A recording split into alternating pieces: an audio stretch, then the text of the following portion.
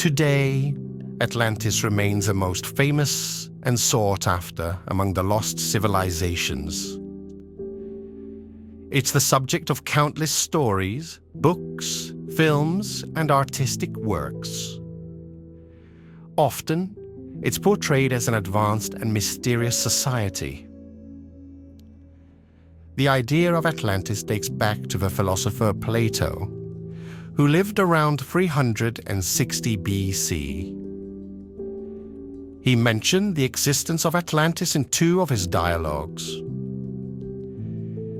In these works, four of the figures appear: the supposed Pythagorean philosopher Timaeus, the politician Critias, the general Hermocrates, and none other than Socrates, Plato's own teacher.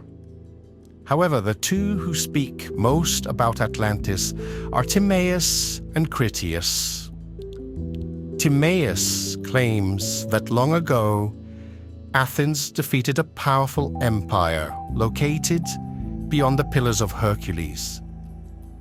This vast empire, stretching from modern-day Libya to Asia Minor, bordered an ocean and was known as Atlantis. It was a confederation with fertile lands, rich in natural resources and metals like zinc and copper. Its capital city, located near the Pillars of Hercules, was built in a series of concentric rings, each protected by towering fortifications.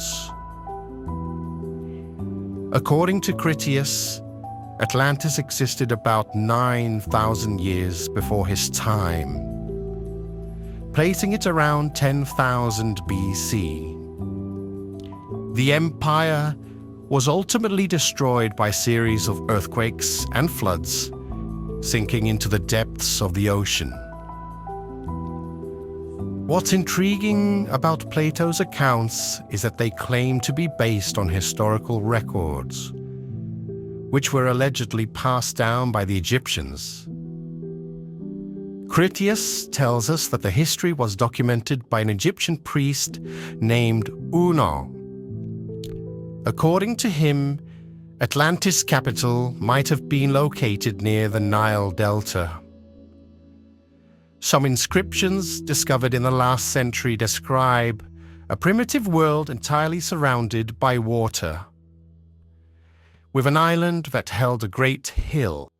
On this island lived a civilization of beings predating humanity, what could be interpreted as a lost precursor to humans.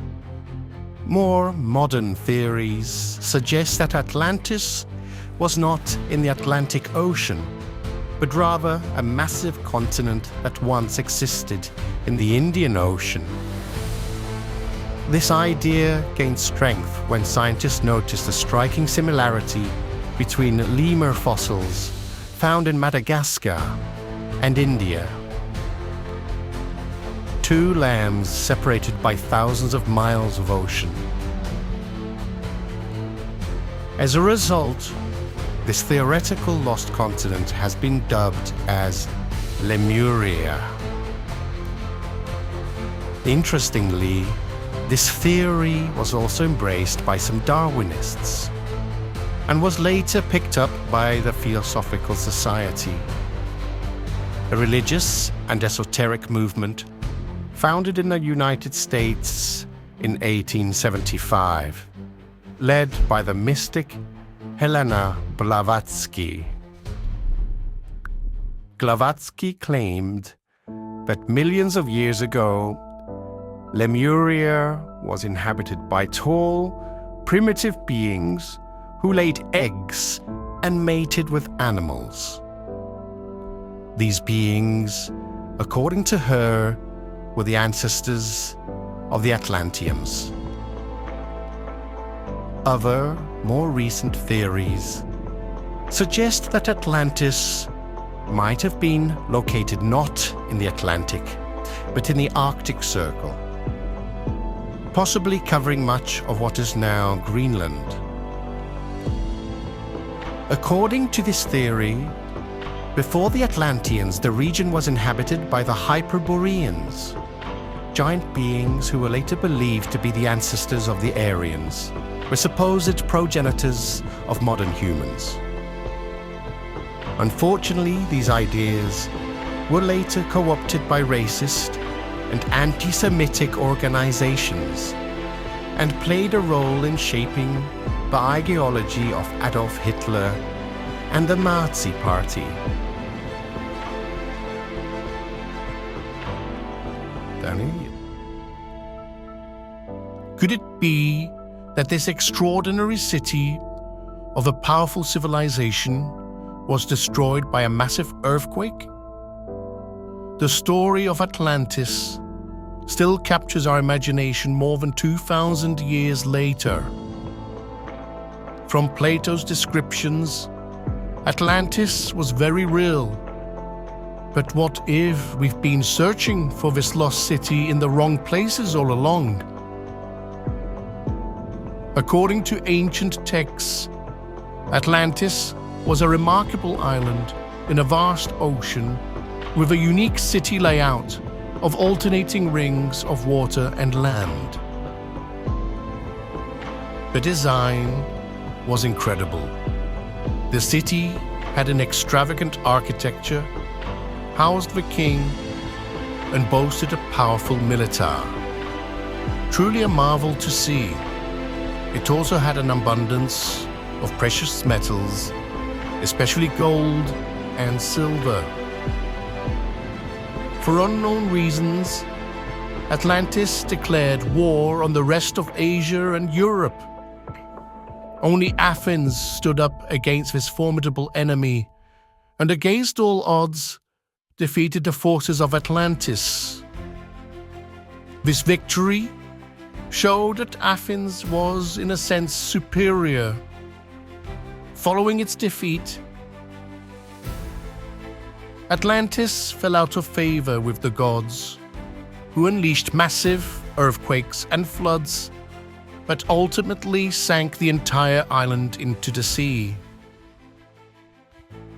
Plato's writings present Athens as a most powerful city-state, with the story serving as a tale of a small, peaceful city triumphing over the powerful but corrupt Atlantis. Through this story, Plato seems to deliver a moral lesson about greed, corruption, and the strength of just a nation against a tyrant. But was it just a tale? Or could he have been referencing real historical events?